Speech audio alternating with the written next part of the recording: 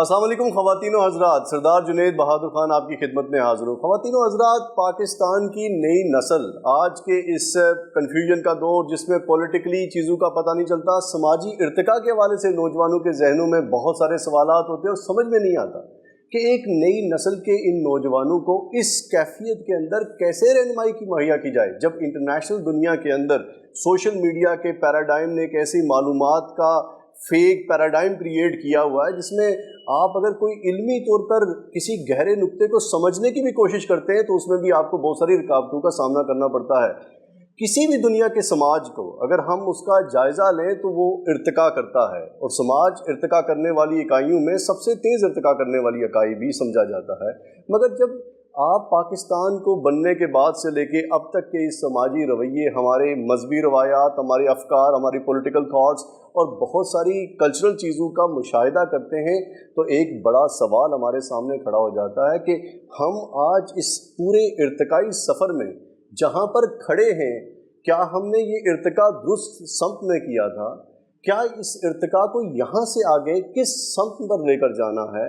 پاکستان کا ایک نوجوان جو بین الاقوامی دنیا میں تعلیم حاصل کر کے انٹرنیشنل کسی ادارے میں بیٹھا ہوا ہے، وہ پاکستان کو وہاں سے جس نظر میں دیکھتا ہے، وہاں کی سوسائٹی اور وہاں کے سماج میں بیٹھ کے وہ واپس آ کے یہاں پر کیسے پرفارم کرے؟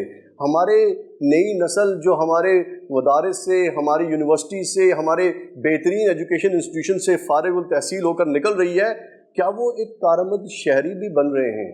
ہم نے پاکستان کو جیسے بزرگوں نے بنایا تھا ہم تک کیسے پہنچا اور آگے والی نسل کے لیے کیسے بنانا ہے؟ اگر اس طرح کے تمام سوالات کا جائزہ لینا ہو تو آپ اولڈ جو دنیا کے فلسفیانہ تہذیبوں کے اندر دیکھتے ہیں تو آپ کو ہمیشہ استادوں کی ضرورت ہوتی ہے۔ ہم پیلونڈیز، ہیراکلیٹا اور پائتھاگورس، سیکرٹیز، پلاٹو، ایرسٹوٹل کے زمانے دیکھتے ہیں جہاں پر استاد تہذیبوں کو ترتیب دینے کے لیے ناقدین کے طور پر کردار ادا کرتے ہوئے نظر آتے ہیں۔ تو آج کی اس تہذیب کے نئی شناخت کو آئیڈینٹیفائی کرنے کے لیے، ایویلیویٹ کرنے کے لیے ہمیں آج کے دور کے استاد سے پوچھنا ہوگا کہ ہماری تہذیب کی نبض پر ہاتھ رکھ کے بتائیں ہم جا کہاں رہے ہیں، اور ہمارے پاس ایک چلتی پھرتی پاکستان کے اندر ایسی شخصیت جس کو درس گاہ کی حیثیت حاصل ہے، آپ ان کے پاس بیٹھیں گے تو ہزاروں کتابوں اور یونیورسٹیوں کا درس لے کر اٹھیں گے۔ میرے ساتھ موجود ہیں ڈاکٹر عارفہ سیدہ صاحبہ۔ السلام علیکم میم۔ وعلیکم السلام۔ تھینک یو ویری مچ میم کہ آج آپ نے ہمیں وقت دیا۔ نہیں، شکریہ آپ کا۔ آپ جیسے شخص سے میرے زندگی میں پہلی بار پالا پڑا۔ جی تھینک یو۔ بہت سارے سوال جو انہوں نے اٹھائے ہیں اس میں سے ایک سوال کا جواب یہ خود بھی ہیں۔ اس کا نام ہے ضد۔ تھینک یو میم، آپ نے وقت دیا۔ پاکستان کی سمتوں میں ایک ہی سمت ہے، جو جہاں کھڑا ہے اسے وہاں کھڑا رہنے کی ضد ہے۔ جو ایک جگہ کھڑے رہتے ہیں وہ کھڑے رہ جاتے ہیں اور وقت گزر جاتا ہے۔ آپ نے کئی بہت مشکل لفظ بولے ہیں اور بہت بڑے بڑے نام لیے ہیں۔ زندگی کوئی مسئلہ نہیں ہے میرے خیال میں، بالکل کوئی مسئلہ نہیں۔ اگر ہم اپنے آپ سے مطمئن ہیں، اپنے آپ سے، آپ حالات سے کبھی مطمئن نہیں ہو سکتے۔ آپ جو معاشرے کی قوتیں ہوتی ہیں ان سے کبھی مطمئن نہیں ہو سکتے۔ آپ کے یہاں زندگی کو جو سمت دی جاتی ہے آپ اس سے مطمئن نہیں ہو سکتے، مگر خود سے مطمئن ہونا بہت ضروری ہوتا ہے۔ آپ نے میرے لیے جو کچھ کہا وہ مبالغہ ہے۔ میں ایک بالکل معمولی عام پیدل انسان ہوں۔ اگر کوئی چیز ہے میرے پاس تو یہ کہ ایک پرانا پاپی استاد، بس۔ اور اس میں مجھے بہت فائدہ یہ ہے کہ میری زندگی کے ہر دن میں میری نوجوانوں سے ملاقات ہوتی ہے۔ میں استاد بنی بھی بڑی شعوری طور پر تھی۔ یہ آخری مرحلہ نہیں تھا زندگی کا، یہ پہلا انتخاب تھا، اور اس میں میری خود غرضی شامل تھی۔ اور خود غرضی میری یہ تھی کہ میں زندگی بھر طالب علم رہنا چاہتی تھی۔ استاد کے سوا کوئی دوسرا چارہ کار ہی نہیں ہے کہ وہ خود طالب علم نہ رہے اور استاد کہلائے. مگر ہم نے استادوں کے وہ معنی لیے ہیں جو پہلوانوں کی کسی زمانے میں معنی ہوتے تھے. پھر ہم نے استاد کے وہ معنی بھی لیے ہیں جو کبھی گوال منڈی کے خاص علاقے میں رہنے والوں کے حوالے سے ہوتے تھے. اور آپ اس کا عکس اپنے معاشرے میں زیادہ دیکھتے ہیں. اور یہ میں شاید جب اگر آپ سے سچ بولوں گی تو آپ سے اور ہمیشہ بولتی ہوں، اور اسی لیے بہت اچھا ہے کہ لوگ مجھ سے خفا رہتے ہیں، کیونکہ ہم سچ صرف اسے سمجھتے ہیں جسے ہم سچ سمجھتے ہیں. جو سچ ہے اس کو نہیں تسلیم کرتے. سچ کا ایک تصور، ایک خیولہ ہمارے ذہن میں ہے. سچ سبجیکٹو بھی تو ہوتا ہے انسان کا اپنا. کیا سچ کا آبجیکٹو ہونا ضروری ہے؟ سچ ہوتا ہی آبجیکٹو ہے. ایک چیز آپ کے لیے آبجیکٹو ہے. کیا آبجیکٹو سچ آپ کو انفرادی طور پہ مطمئن کر سکتا ہے؟ میری ایک گزارش ہے، میں اس طرف دیکھتی ہوں اپنے سیدھے ہاتھ کی جانب تو آپ نظر آتے ہیں، الٹے ہاتھ کی جب دیکھتی ہوں تو کتنے لوگ نظر آتے ہیں. دیکھیے انسان خانوں میں بٹا ہوا نہیں ہے کہ یہ نفسیاتی طور پہ ہے، یہ فلسفیانہ طور پر ہے، اور یہ بھوک لگنے کے طریقے ہیں اور یہ پیاس لگنے. آپ ایک کل ہیں، آپ ایک کل ہیں، اور کل اس لیے ہیں کہ کل کا حصہ ہیں. اگر آپ کل کا حصہ ہیں تو آپ ٹکڑوں میں بٹے ہوئے ہو ہی نہیں سکتے. بنیادی جو یقین ہے میرا، یہ تو اس کے خلاف بات ہوگی. پھر یہ سمجھ لینا کہ زندگی وہ ہوگی جو ہم اسے املا لکھائیں گے. ارے کیا بات! زندگی املا لکھتی نہیں ہے، لکھواتی ہے. اور کبھی کبھی جو زندگی املا لکھواتی ہے اور جو لوگ اسے سمجھ جاتے ہیں وہ ان کے لیے سچ بھی ہو جاتا ہے اور کامیاب بھی ہو جاتا ہے. ہم یہ کیوں سوچ رہے ہیں؟ یہ پاکستان کی، مجھے معاف کر دیجیے گا، سب سے بڑی الجھن جو میری سمجھ میں آتی ہے، ضروری نہیں ہے کہ وہ یہ ہے کہ ہم یکسانیت چاہتے ہیں. انسانوں میں یکسانیت نہیں ہو سکتی. جو ہمارے درمیان ہو سکتی ہے وہ یگانگت ہونی چاہیے. ہم ایک دوسرے کو اپنے جیسا سمجھیں، مگر ہم چاہتے ہیں کہ ہم اس کی بالکل عکس ہو جائیں. نہیں ہو سکتا. کیسے ممکن ہے؟ ایک ہی گھر کے آنگن میں پلے ہوئے لوگ، میں 4 لوگ سمجھ لوں، بہن بھائی اس گھر میں ہیں، چاروں کی مختلف سمت ہوگی. یہ تو نہیں ہو سکتا کہ سب ایک ہی چیز کے گرد رہتے ہیں. نہیں. اور ہونا چاہیے. اگر ہم یکسانیت کی فکر میں رہے تو ہمارا وہی حال ہوگا جو کہ ہے. پاکستان بننے سے لے کر اب تک اگر ہم دیگر اقوام سے اپنا موازنہ کریں تو ہمارے سماجی، مذہبی اور سیاسی ارتقاء میں کیا فرق واقع ہوا کہ ہم اپنی راہوں سے کہیں بھٹک کے دور نکل گئے؟ پہلا تو میرے ذہن میں سوال یہ آتا ہے کہ ہماری کوئی راہ تھی یا ہماری کوئی راہ ہے؟ اس کے بنانے میں بڑی محنت پڑتی ہے. دوسری بات یہ ہے کہ پاکستان کس قدر بڑے ذہن کی پیداوار ہے جس کا نام محمد علی جناح تھا. ایک اقلیت کے لیے ایک آزاد جمہوری خود مختار ریاست نہ دنیا میں اس سے پہلے کبھی ہوا ہے، نہ ان 75 سالوں میں یہ بات دہرائی گئی. ہم نے کچھ سیکھا اس سے؟ ہم کیا سلوک کرتے ہیں اپنی اقلیتوں کے ساتھ؟ اور اقلیتیں صرف مذہب کی نہیں ہیں ہمارے یہاں. میں بھی اقلیت میں سے ہوں.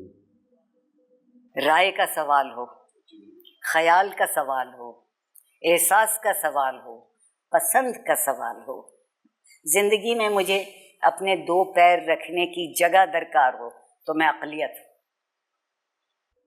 پاکستان کہ وجود کو محمد علی جناح صاحب کے پاکستان سے میرا پاکستان جو مجھ تک پہنچا ہے، اگر میں کہوں کہ اس میں درج ذیل یہ عوامل تھے، یہ نقائص تھے ہمارے ہاں، تو ہمیں پن پوائنٹ کرنا ہوگا تاریخ کی. اس بات یہ ہے کہ چلیے آج آپ کو خفا کرتے جی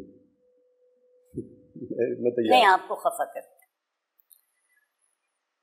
اگر آپ مجھ سے پوچھئے کہ عارفہ فلاں وقت تم نے ایسا کیوں کیا تھا، میرے پاس 100 جواز ہوں گے، مگر اس فلاں وقت میں اس عمل کی ذمہ داری میری نہیں ہوگی. میں کسی نہ کسی کی بنیاد پر وہ ذمہ داری رکھتی جاؤں. ہم نے آج تک اپنی ذمہ داری قبول کی ہے. فرد کی ذمہ داری کتنی اہمیت رکھتی ہے ریاست؟ حد سے زیادہ ذمہ داری اسی کی ہے. مگر دوسری جانب ریاست کی پالیسیز ناقابل فہم ہے ایک عام فرد کے لیے. ایک فرد اگر کوشش بھی کرتا ہے تو ریاست کی بہت ساری رکاوٹیں اس کے سامنے. دیکھیے، پہلی بات تو یہ ہے کہ ریاست کی پالیسی ہوتی ہی نہیں.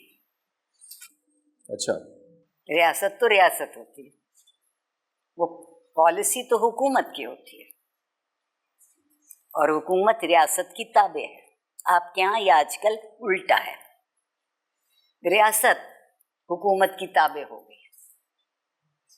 ہمیشہ قائم رہنے والی چیز ریاست ہے، بدل جانے والی چیز، زوال کی چیز، عروج کی چیز حکومت ہے. ہم حکومت کو ریاست سمجھتے ہیں، اسی لیے ہر حکومت کے آگے ہاتھ جوڑ کے کھڑے ہو جاتے ہیں. ہم نے آج تک سوچا ہے کہ ریاست کچھ اور ہے.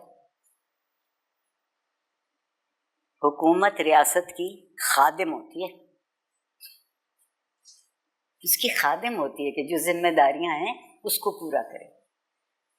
آپ جو سن 1947 تک آج کی بات لا رہے ہیں،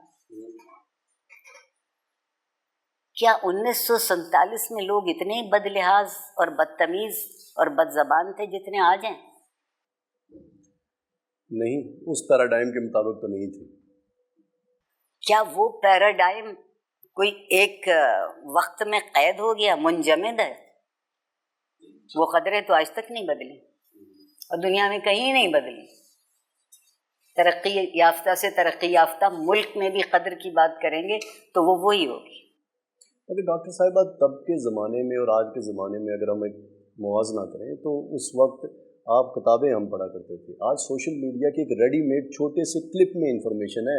پوری بات بیٹھ کے تو نہ کوئی سنتا ہے نہ پڑھتا ہے. اس کا بھی کوئی حرج نہیں. اس وقت جو کتاب کا پڑھنے والا تھا وہ کتاب کا عطر نکالتا تھا اور اس کو سمجھتا تھا. آج کا پڑھنے والا وائرل تھاٹ نکالتا نہیں. ہاں، وہ لفظ دیکھیے کیا چیز ہماری زندگی میں بار بار آپ مجھے وہ لفظ کہنے پر آمادہ کر رہے ہیں. ہم ہیجان میں زندہ ہیں، اور ہیجان کی ایک بڑی خوبی ہے، نہ سوچتا ہے نہ سمجھتا ہے، نہ دیکھتا ہے نہ سنتا ہے. نقل کی زندگی میں سوچنا کس لیے؟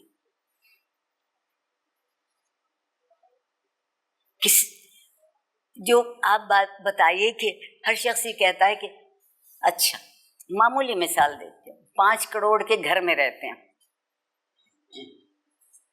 اس گھر کے سامنے سے جو سڑک ہے وہ ان کی نہیں ہے. اس کو صاف رکھنا، اس کی دیکھ بھال کرنا، اور کبھی کبھی مروت میں تھوڑی بہت اس کی مرمت کر دے، حکومت کا کام. حکومت نہ لائق. حضور آپ کون ہیں؟ اس سے باہر ہے، اس دائرے سے. جمہوریت آپ کے یہاں موروثی ہے. ڈاکٹر صاحبہ، ہمارے پڑوس میں ہماری طرح کے نالائق، ہماری طرح زبان بولنے والے بیٹھے تھے. حکومت تھوڑی سی بہتر آئی تو ان کی کایا پلٹی ہماری نسبت. بنگلہ دیش میں بھی ایسے ہی ہوا. اس کی وجہ کیا ہے؟ اس کی وجہ کیا ہے؟ ہم ان سے مختلف کیسے ہوئے؟ ہم تو ہمیشہ سے مختلف تھے. وہ غریب گھبرا گئے ہمارے پاس آ کے. اگر آپ میری بات کو صحیح سمجھ سکے، ایک تو ہم نے انہیں اپنے برابر کا کبھی نہیں جانا. حالانکہ اگر آپ بنگالی اور ان کی قومیت کی تاریخ کو پڑھیں تو آج کی نہیں ہے، بہت پرانی. آپ مجھے بتائیے کہ کوئی حکومت ابھی تک ایسی آئی ہے جس سے ہم خوش ہو گئے، یا جس کو ہم نے نہ بگاڑا اور جس حکومت نے ہمیں نہ بگاڑا؟ جس پارٹی کی ہوتی ہے اس کے کارکنان تو خوش ہوتے ہیں. تو اس کا کیا مطلب ہے کہ ہم نے آج تک اپنے آپ کو اس ملک کا شہری نہیں جانا؟ ہمارے پاس قومیت کا کوئی تصور نہیں ہے. میں یہ پوچھنا چاہتا ہوں کہ آج کل ہمارے جو دنیا میں ہر چیز دیکھ رہے ہیں ہم لوگ، سوشل میڈیا پہ ہر جگہ ہمیں الگ سے طریقے دکھائے جا رہے ہیں، ہمیں دکھایا جا رہا ہے کہ حکومتیں ہمیں تباہ کرنے پہ لگی ہوئی ہیں عام انسان کو. کیا یہ صحیح ہے یا غلط ہے؟ کیوں یہ دکھایا جا رہا ہے؟ ہمیں کوئی صحیح راستہ دکھانے والا کیوں نہیں مل رہا ابھی تک؟ نوجوان نسل تو نکلی ہوئی ہے کسی استاد کی تلاش میں، کوئی مینٹور مل جائے انہیں، کوئی مینٹور کیوں نہیں مل رہا؟ مینٹور یا استاد یا جو کوئی آپ کی ذہن کی تراش خراش کر سکے، نہ نعرے مارنے سے ملتا ہے، نہ جلوس نکالنے سے ملتا ہے، نہ دوسروں کو گالیوں سے نوازنے سے ملتا ہے. مجھے بتائیے نوجوان نسل یہ کیوں کر رہی ہے؟ اگر وہ واقعی کوئی کسی ایسے شخص کی تلاش میں ہے جو ان کے ذہن کی نشو و نما کر سکے.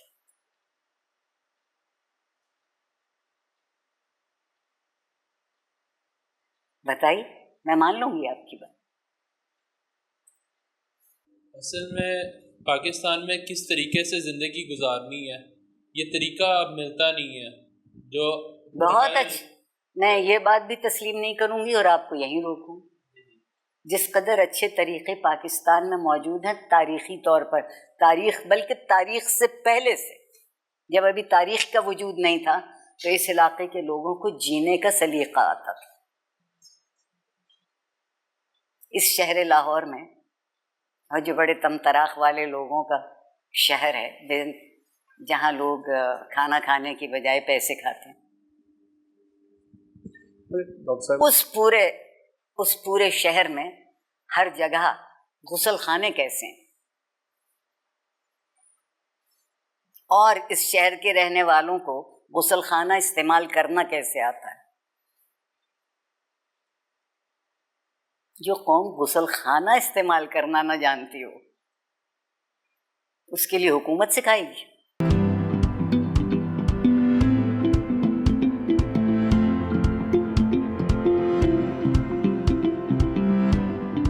فرد کی ذمہ داری جو آپ نے بتائی درست ہے، مگر آئیے ایک اور جانب، کرپشن، بے روزگاری، اس ملک کے اندر لاقانونیت، قانون کے اوپر لوگوں کا اعتماد ختم ہو جانا، اداروں کے خلاف ہماری نئی نسل سراپا احتجاج، یہ ایک ہجان کی جو کیفیت ہے، اس میں کچھ اور بھی تو عوامل ہوئے ہوں گے جن کی نشاندہی کیا جانا ضروری ہے. جی، آپ نشاندہی ہو چکی، خود جو لوگ اس کو نہیں مان رہے وہ سب سے بڑی نشاندہی ہے. قانون موجود ہے لیکن اس قانون کے ماننے میں میرا کچھ فائدہ نہیں ہوتا، اس لیے اس قانون کو میرے متعلق، میری مرضی کے متعلق ہو جانا چاہیے. ہم یہ کرتے رہتے، ہم سب یہ کرتے رہتے. اگر فرد خود کو چھوٹے اجتماع سے لے کے قوم کی حد تک اس کا حصہ نہیں سمجھے گا تو کیسے آئے گی؟ ہر شخص دنیا کو اپنے لیے بدلنا چاہتا ہے. قانون بدل جانا چاہیے اگر مجھ پر زد پڑ رہی ہے، اگر اس کا نقصان میری ذات کو ہو رہا ہے تو قانون بدل دیں. یہ نہیں ہوتا، یہ نہیں ہوتا. آپ کب تک خود کو یہ کہتے رہیں گے کہ ہم ابھی انگوٹھا چوستے ہیں؟ اسلام کا دعویٰ کیا ہے؟ مگر یہ طبقاتی نظام کے اندر تو اس طبقے کی بات نہیں، یہ لفظ بہت اچھے ہیں. آپ کا نام جتنا روبدار ہے اسی طرح کا یہ آپ کا جو ہے کہ سردار جنید بہادر خان صاحب کہتے ہیں کہ طبقاتی نظام. کوئی دنیا ایسی تھی جب طبقے نہیں تھے؟ کوئی تاریخ کا عہد ایسا ہے جب طبقے نہیں تھے؟ چاہے طرز حکومت کچھ بھی ہوں گے طبقے. یہ بہت سارے بے معنی لفظ ہم لوگوں کو بہت اچھے لگتے ہیں، اور ان میں سے آپ کو جو بہت اچھا لگتا ہے، جو میرے سامنے نوجوان بیٹھے، وہ ہے جنریشن گیپ. اس سے اچھا لطیفہ کوئی نہیں ہو سکتا. ماں اور بیٹی ایک عمر کی ہو سکتی؟ نہیں ہو سکتے. تو جنریشن گیپ تو ایک بڑی ریالٹی ہے. نہیں ہے کوئی ریالٹی. وہ فاصلہ یہاں ہے.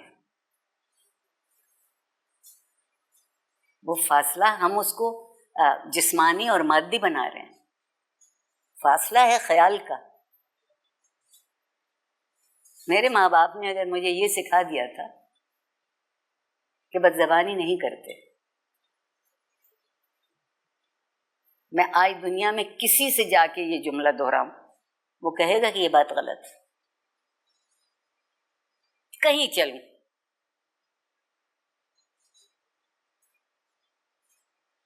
نہیں کہے گا. نہیں کہے گا. اس کا مطلب یہ کہ زندگی کی بنیاد قدریں ہوتی ہیں. لمحوں کی ضرورتیں زندگی کی بنیاد نہیں ہیں. ہم اس فکر میں ہیں کہ یہ لمحہ گزر جائے پھر دیکھیں گے، اور خواہ مخواہ میں سوشل میڈیا کو اور خواہ مخواہ میں اس نئی ٹیکنالوجی کو ہم برا کہہ رہے ہیں. اپنا الزام کہیں اور رکھ. اس کو کون استعمال کر رہا ہے؟ جن استعمال کر رہے ہیں، بھوت استعمال کر رہے ہیں، کوئی آسمانی مخلوق. اگر ڈاکٹر صاحب آپ کو یہ نہیں لگتا کہ پہلا جو زمانہ ہے اس میں اوپینین جو ہے وہ ڈاکٹر عارفہ سیدہ کا تھا، اب اوپینین ہر فرد کا ہے؟ نہیں تھا. اور وہ ویسے ہی میری رائے کبھی میری رائے نہیں تھی. اگر مجھے کوئی رائے آج بھی قائم کرنا ہے تو اس پورے ماحول کو دیکھ کے میں رائے قائم کر سکوں گی جس میں زندہ ہوں. نہیں، آپ یہ مفروضوں پہ مت کہیے. ایک بات مجھے کہنے دیجیے. یہ سب جو میرے سامنے بیٹھے ہیں اچھے لوگ، بہت تعلیم ہوگی، اعلیٰ درس گاہوں میں پڑھتے ہوں گے. ایک شاگرد میرا بیٹھا ہے سامنے، اس لیے بہت آسانی سے کہہ سکتی ہوں. اب ہم اچھی درسگاہ کسے کہتے ہیں؟ جہاں فیس بہت زیادہ ہوتی ہے، وہ اچھی درسگاہ ہوتی ہے. تربیت کہیں نہیں رہی، نہ گھروں میں، کیونکہ ماں باپ جنریشن گیپ، ان کو پتہ ہی نہیں ہے کیا ہوتا ہے. اپنی چادر میں زندہ رہنا بھول گئے ہم لوگ. یہ نہیں ہے کہ دنیا کو عیاشی کا سامان ڈیجیٹل ہونے کی وجہ سے ملا ہے. عیاشی ہمیشہ تھی، اور عیاش معاشروں کا وہی اشر ہوا جو ہمارا ہے. تاریخ بھی جھوٹ نہیں بولتی. آپ سوچئے تو صحیح. اور دوسری بات، ڈاکٹر صاحب ایک یہاں پر بات ہوتی ہے. نہیں، ایک بات جو آپ نے کہا ہے نا عارفہ سیدہ کی ایک اوپینین تھی. عارفہ سیدہ کی تو آج تک کوئی اوپینین نہیں. میں کہتی ہوں میرے خیال میں جو بات میری جتنی بھی میری سمجھ میں آ رہی، رائے تو ان لوگوں کی ہوتی ہے جو خود کو بڑا صاحب رائے سمجھتے ہیں. آپ لوگ پڑھتے کس لیے ہیں کہ اے آ جانا چاہیے، چاہے کیسے ہی آئے. گوگل علیہ السلام پر انگلی کا ایک دباؤ اور پوری اسائنمنٹ اس قدر خوبصورت انگریزی میں لکھی ہوئی، اتنی اچھی دلیلیں دی ہوئی، مطالعے کا کوئی عالم نہیں. لے جا کے استاد کو دیتے ہیں، وہ بھی میرے جیسے نالائق استاد کو، پھر کہتے ہیں میم خدا کی قسم یہ میں نے خود لکھی ہے. مجھے جھرجھری آتی ہے. کتنی چھوٹی باتوں کے لیے کتنے بڑے کو گواہ بنا رہے ہیں، اور وہ بھی جھوٹ پہ. ہر چیز میں نقل کرتے ہیں.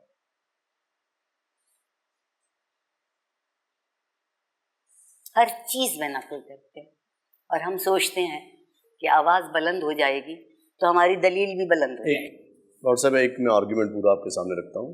یہ جو ہمارا سوشل میڈیا کا پیراڈائم ہے، ماں کے پاس تربیت کے لیے ایک ایوریج بچہ جو ہے وہ کم وقت کے لیے اویلیبل ہوتا ہے، زیادہ ٹائم سوشل میڈیا پہ رہتا ہے، جہاں پر دنیا بھر کے لوگ ڈفرینٹ انفارمیشن جو کوکڈ انفارمیشن ہوتی ہے اس کے ذریعے اس کی تربیت یا ذہنی نشو و نمائی میں اپنا کردار ادا کر رہے ہوتے ہیں. جارج آرول والے 1984 کی طرح کہیں سے وہ انفارمیشن ڈائریکٹڈ بھی ہو سکتی ہے.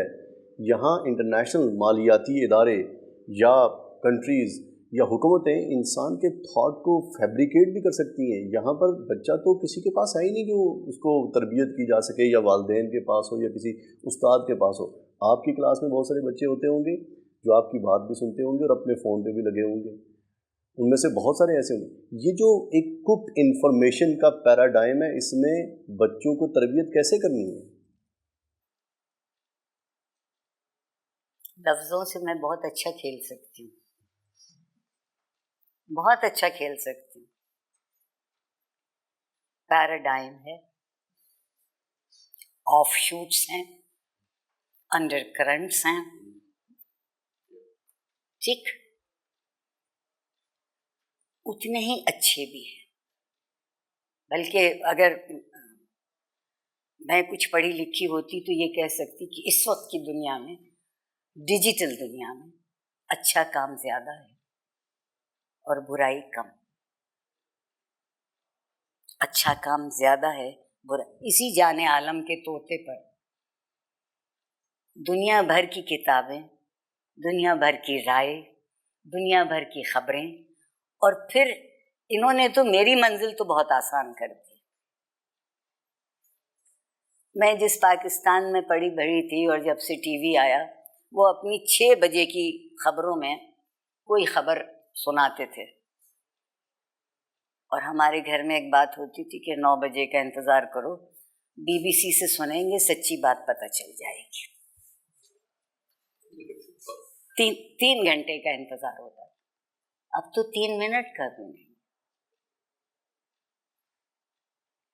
تو زندگی خراب نہیں ہوئی. اب تو بہت سارے جھوٹوں میں سے ایک خبر تلاش کرنی پڑتی.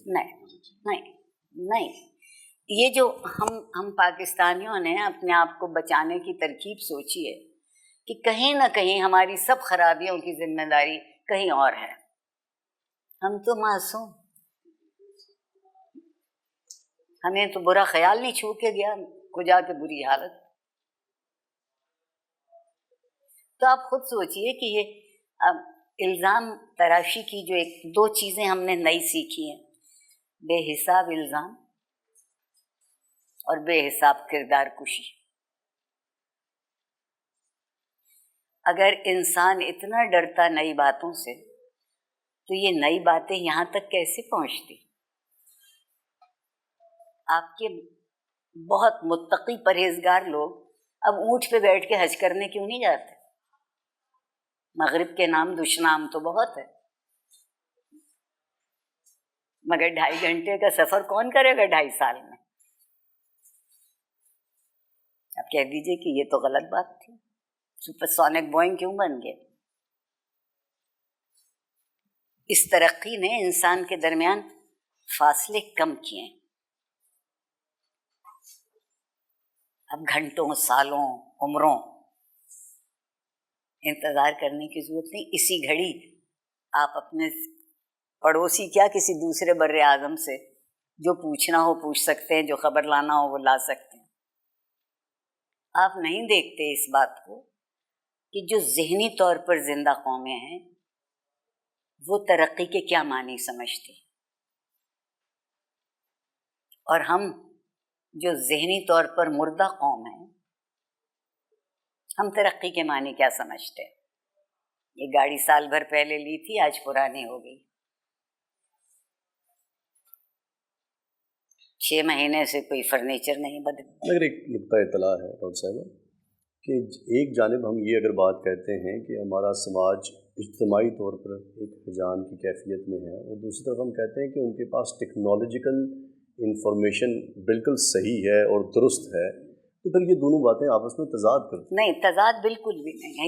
یہ بڑے, آپ معافی کے چاہتی ہوں, لفظ میں بولنا نہیں چاہتی تھی, بہت سیاسی لغت ہماری گفتگو میں آ گئی.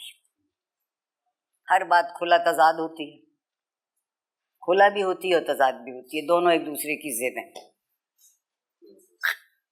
بولنے والوں کے صدقے جائیے, اگر کھلا ہے تو تضاد نہیں. اور واہ واہ ہو رہی ہوتی ہے. بہادر خان صاحب کی بہت ممنون ہوں, مجھے یقین ہے کہ یہ انہوں نے ناک یوں نہیں پکڑی ہے, یوں پکڑی ہے, اور مجھے اس میں گرفتار کیا ہے.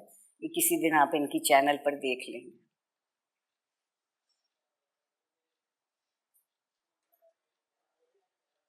جب میں کسی صورت نہیں مانی کہ میں ٹی وی پر نہیں آتی تو انہوں نے یہ طریقہ نکالا. بتائیے کہ دوسرے فرد کی آپ کے دل میں کیا قدر ہے, کیا عزت ہے اس کی پسند یا ناپسند کی؟ نہیں نا. جو ہم چاہتے ہیں وہ ہونا چاہیے, یوں ہو جائے گا. اور آپ کہہ رہے ہیں کہ یہاں یہ پیراڈائم ہے اور وہ پیراڈائم ہے. سیدھی سادی زندگی ہے. یہ جو ہمارا اجتماعی ہیجان کی کیفیت ہے, اس سے نکلنے کے کیا راستے ہو سکتے ہیں؟ اس سے نکلنے کی راستے یہ ہوتے ہیں کہ آپ کے یہاں جتنی بھی جو سربراہ ہیں, جو لیڈر ہیں آپ کے, کم از کم وہی بالغ ہو جائیں. کم از کم وہی بالغ ہو جائیں.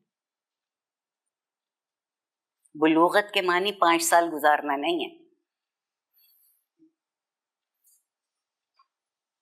چیزوں کو پرکھنا, دیکھنا. جو 5 سال کی عمر میں, بعض بچے 5 سال کی عمر میں کئی چیزیں پہچان جاتے ہیں, سمجھ جاتے. ماحول کا اثر ہو سکتا ہے, طبیعت کا انتخاب ہو سکتا ہے. لیکن آپ خود سوچئے, ان سے آپ کیا کہیں گے کہ ان کے ناپختہ ذہن ہے؟ نہیں, یہ ناپختہ ذہن نہیں آپ کے سامنے بیٹھے. یہ بات ہم نے کیا ہے, ہماری دوڑ کیا ہے پاکستان میں, کیا مسابقت ہے. اگر ناپختہ ذہن نہیں ہے تو پھر کسی کی اکسائے جانے پر اپنی ہی املاک کو نقصان پہنچا کر خود ہی جشن بنا لیتے ہیں. وہ اس کی وجہ یہ ہے کہ ان کے ذہن کو کبھی کسی نے چھیڑنے کی کوشش نہیں کی. وہ سب ان کے جذبات سے کھیلتے ہیں. ذرا سی دیر کا ابال ہوتا ہے, خوب ابلتے ہیں. جب ماں بہن کی گالیاں دے لیتے ہیں تو کلیجے میں ٹھنڈ پڑ جاتی, سارا معاشرہ درست ہو جاتا ہے. عورتوں کا جینرک نیم آپ کے یہاں ملا نے کیا رکھا ہے؟ بے حیا.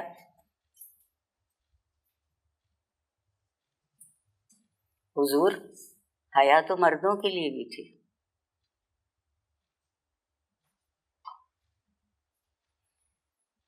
جس معاشرے میں 3 مہینے کی بچی کے ساتھ جنسی زیادتی کی جا سکتی, وہ انسان بھی ہے یا نہیں؟ یا آپ اتنے بڑے بڑے جملے یوں ہی بول رہے ہیں؟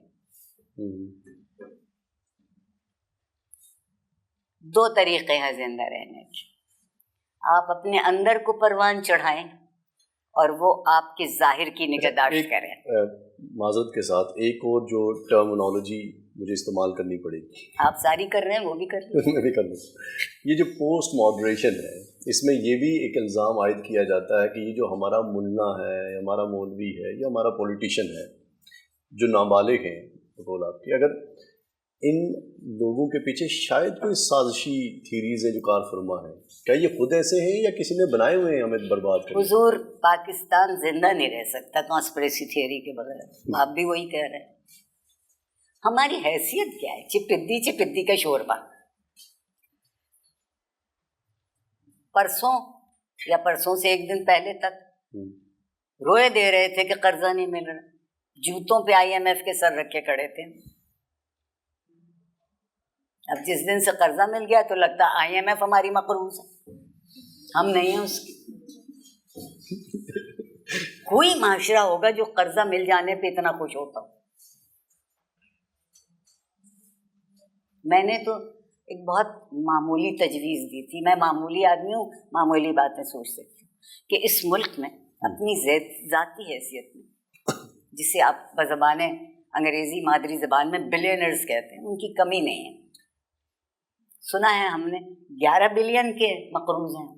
میں نے کہا 11 لوگ یہاں بٹھا لیں ایک میز کے گرد, اور ان سے کہیں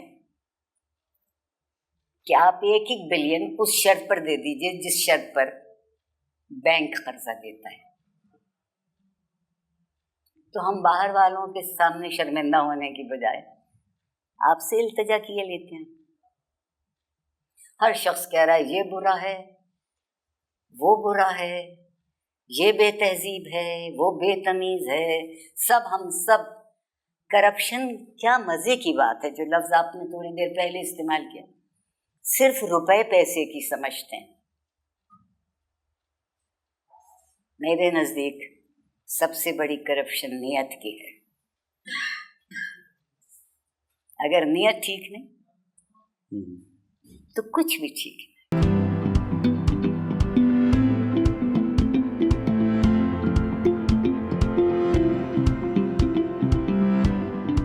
صاحبہ تھوڑی دیر پہلے آپ نے جیسے کہا نہیں تھا کہ سب سے ایکسپینسو اسکول سب سے اچھے سمجھے جاتے ہیں, اور اس میں بھی نقل مارے.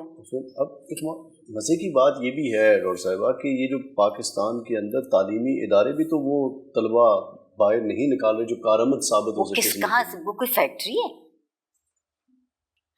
نہیں, آپ بتائیے کیا ان کی کوئی ذمہ داری نہیں ہے ہمارے سماج کے اندر؟ آپ کے خیال میں گھر سے بگڑے لادلے آپ 50 سے 75 منٹ کی ایک کلاس میں بھیجے جائیں, وہ اتنے بگڑے وہاں بھی رہتے ہیں. میم آج کے دور میں جو ہمارا پورا ایجوکیشن سسٹم ہے, یہ پورا جو ایجوکیشن سسٹم ہے یہ ایک بزنس بن چکا ہوا ہے. ٹھیک ہے, یہ جتنا بھی ایجوکیشن سسٹم ہے, ہمارے اسکولز ہیں, کالجز ہیں, یونیورسٹیز ہیں, یہ اصل میں ایک بزنس رن کر رہے ہیں. تو اس طرح کے دور میں ہم ایک اچھے استاد کو کس طرح ڈھونڈ سکتے ہیں کہ ہم لوگ جس کو اپنا مینٹور بنا سکیں کہ یہ ہمارا مینٹور ہے اور وہ ہمیں ایک اچھی زندگی گزارنے کا راستہ بتا سکتا ہے, گائیڈ کر سکتا ہے. اس تمام تجارتی ذہنیت میں بھی آپ سارے استاد کبھی مینٹور نہیں ہوئے. تاریخ کہیں سے اٹھا کے پڑھ لیجیے, ہر استاد مینٹور نہیں, وہ بھی اسی معاشرے کا حصہ ہوتے ہیں. تو اچھا, دوسری بات یہ ہے کہ آپ میری بات کا برا نہ مانیں, خود کتنی محنت کرتے ہیں آپ, کتنی محنت کرتے ہیں کہ اس استاد سے ایک ڈھنگ کا سوال پوچھ سکیں. آپ کو بھی معلوم ہے کہ آپ لوگ کیا سوال پوچھتے ہیں. مجھے تو ابھی تک ای میلز آ رہی ہیں, حالانکہ فائنلز ختم ہو گئے, کہ میں نے تو بہت کمال کا پیپر کیا تھا, but you gave me a bad grade. میں سب کا ایک جواب دیے جاتی ہوں, I do not give anybody any grade, this is they earn it through quality of their work. تو یہاں یہ جو تصور آ گیا ہے نا کہ کوئی دوسرا ہمیں دے دے, طبیعت اور ذہن کے بھکاری ہیں. السلام علیکم میم. وعلیکم السلام. میرا نام سید علی قاسم ہے اور میں گورنمنٹ کالج یونیورسٹی میں شعبہ سیاسیات میں زیر تعلیم ہوں. میرا سوال آپ سے یہ ہے کہ جو آج کل خاص طور پر نوجوانوں میں آبسیشن بہت زیادہ ہے, بجائے اس کے کیونکہ نظریاتی فالوئنگ کے کسی پولیٹیکل لیڈر کے, آبسیشن یا ضدیہ جسے کہتے ہیں آپ, ایکسٹریمزم, شدت پسندی بہت زیادہ ہے. اس کا مجھے یہ بتائیے کہ یہ جو آپ نے انگریزی کا لفظ بولا, اس کے کیا معنی ہے؟ میم کسی چیز کو اس حد تک آپ آئیڈیلائز کرنا شروع کر دیں. کس چیز کو آئیڈیلائز کرتے ہیں اس سے آبسیشن نہیں ہوتی. پہلی بات تو یہ یاد کر لیجیے, آبسیشن تو منفی چیز کا انتہا کی حد تک پہنچنا. جو مثبت چیزیں ہوتی ہیں وہ کبھی انتہا کی طرف نہیں لے جاتی. وہ جو مغرب ہے نا, کافر, بدتمیز, بیہودہ, بہت پرانی تاریخ کی بات نہیں ہے. امریکی تاریخ میں ایک صدر نے امریکہ کے چیف جسٹس سے کچھ کرنے کو کہا. چیف جسٹس کا جواب بہت اچھا تھا کہ میں آپ کا کام تو کر دوں گا پر اس کے بعد میں شیو نہیں کر سکوں گا. صدر نے پوچھا کہ میرے کام سے شیو کا کیا مطلب؟ شیو اس کا کیا تعلق ہے؟ پھر میں اپنے آپ کو دیکھوں گا کیسے؟ میرے جیسے معمولی آدمی نے زندگی کی بہت ابتدا میں ایک بات سمجھ لی تھی کہ میری آنکھ کو میرے سامنے نہیں جھکنا چاہیے, باقی دنیا کی خیر. جیسے پچھلا کوشچن تھا, انہوں نے اوبسیشن کی بات کی, تو میں اس کو اوبسیشن کے طور پہ نہیں کہوں گی. جو آج کی یوتھ ہے وہ ڈیسپریٹ ہے کسی لیڈر کے لیے, تو اس طرح جو ان کو پولیٹیکلی نظر آتا ہے کہ ان کے نظریے کے مطابق ایک لیڈر ہے, تو وہ پھر ڈیسپریٹ ہو جاتے ہیں اور اس کے مطابق ایکشنز لیتے ہیں. اگر کوئی لیڈر آپ سب کو آپ کے لفظوں میں ڈیسپریٹ کرتا ہے تو وہ لیڈر ہی نہیں. کچھ بھی ہو سکتا ہے, کچھ بھی ہو سکتا ہے, لیڈر نہیں ہو سکتا. لیڈر کا کام یہ ہے کہ خود بھی دھیما ہو, انسان آج جس جگہ پہ کھڑا ہوا ہے اے آئی کا دور ہے. انسان نے بڑی محنت کی ہے اس کے لیے. پہلے آئی سی انجن آیا, پھر روبوٹکس آئی, اس طرح کر کے آج ہم اس دور میں کھڑے. تو آج کا جو نوجوان ہے وہ ٹک ٹاک استعمال کرتا ہے. اگر آپ نے نہ دیکھا ہو تو ٹک ٹاک پہ ایک محترمہ بس چلا کرتی ہیں اور ان کے پیچھے ایک گانا لگا ہوتا ہے, لوگ یہ دیکھ رہے ہیں, اور اس کو دیکھ کے ہماری جو یوتھ ہے اس کو بڑا ذہنی سکون ملتا ہے. تو میرا سوال یہاں پہ یہ ہے کہ ذہانت کا اگر کوئی پیمانہ ہو ناپنے کا, تو جو ہماری جنریشن ہے اس کو اگر آپ اپنی جنریشن سے کمپیئر کریں ذہانت کے اس پیمانے سے, اسکیل سے, تو آپ ہمیں کہاں دیکھتے ہیں؟ ہم اس اے آئی سے آگے اس کو لے جا سکیں گے کہ نہیں؟ میں بے حد نیک نیتی سے اور صاف دلی سے کہوں گی کہ آپ لوگوں کی جو اس وقت نسل ہے, ایک تو 66% نہیں تھے میرے زمانے میں, پہلی بات تو یہ کہ عددی قوت میں میسر تھی. دوسری بات یہ ہے کہ شاید ذہانت آپ کے پاس زیادہ ہے مگر اس کا استعمال کم ہے. چیزیں بینک اکاؤنٹ نہیں ہیں. انسان کی صلاحیتیں جس طرح استعمال ہوں گی اسی طرح کا نتیجہ نکلے گا. اگر منفی طور پر ہو رہی ہیں استعمال تو منفی نتیجہ نکلے گا, اور اگر مثبت طور پر ہو رہی ہیں تو مثبت ہوگا. ہم اپنی ذہانت کو کیا سمجھتے ہیں کہ میں نے یہ کہا اور ہوا نہیں, اوف. جون سا پاکستان ہے, کیا اس دور میں ہمارا یہی حل ہے کہ ہم پاکستان سے باہر جائیں اگر ہم نے کامیاب ہونا ہے؟ اب کامیابی آپ کسے سمجھتے ہیں؟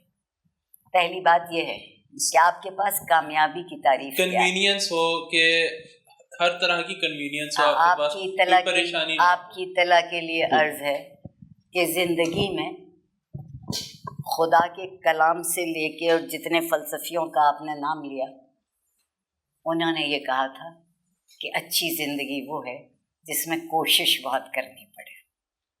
آپ کے لیے اچھی زندگی وہ ہے جس میں کنوینئنس ہو. کنوینئنس کی زندگی تو کوئی زندگی نہیں ہے, کوئی زندگی نہیں. زندگی تو وہ ہے جو میں اور آپ بسر کریں, گزاریں, دیکھیں, فیصلہ کریں. آپ باہر اس لیے نہیں جا رہے کہ پاکستان برا ہے. باہر جا کے آپ کو سڑک صاف کرنا منظور ہے, اپنے گھر کا کوڑا اٹھا کے وہاں لے جانا منظور ہے جہاں وہ کوڑا پھینکا جانا چاہیے. کیوں ہے کہ اگر ایسا نہ کیا تو کل کو ویزا یا جو رہائش کی سہولت کنوینئنس ہے وہ نہیں رہے گی. تو وہی سب کچھ یہاں کیوں نہیں کر لیتے؟ میرا نام محمد ابوبکر ہے, درس نظامی سے فارغ تحصیل ہوں. تو میرا آپ سے کو آج چپکے سے ایک بات بتاؤں کہ میں نے درس نظامی پڑھا ہے. جی واہ سبحان اللہ. جی میرا آپ سے ایک سوال ہے آج کی ڈسکشن کے دوران میں نے, کہ آپ نے جو وقت گزارا ہم سے پہلے وہ بہت اچھا گزرا ہے, ٹھیک ہے, اور اس وقت کے اندر آپ نے اپنے جو زمانے کے اندر مولوی تھے اس کا کیا کردار دیکھا تھا جس نے معاشرے کی تربیت کی اونچائی سے, اور آج کا مولوی اس سے کتنا مختلف ہے یا ہٹ چکا ہے؟ میں آج کی اور جب کی بات کروں گی, درمیان میں مولوی نہیں ہے. اس وقت ہر شخص وہ کام کرتا تھا جو اسے کرنا چاہیے.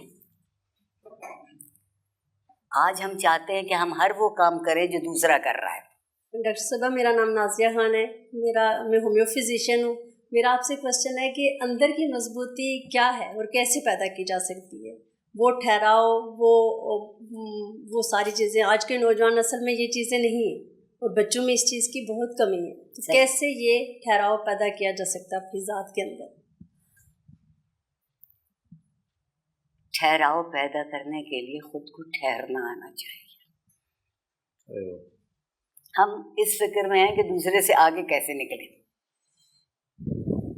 یہ جو دوسروں سے آگے نکلیے ہمت میں, حوصلے میں, اعلی ظرفی میں, تہذیب میں, اچھی زبان میں, اچھے سلوک میں. اس کی بات صرف اتنی ہے کہ جس دن سے حکومت نے اپنے پیر کھینچے تعلیم کی ذمہ داریوں سے, پہلی جو ہم دنیا بھر میں کہی جاتی ہے the first phase of compulsory education, پہلی سے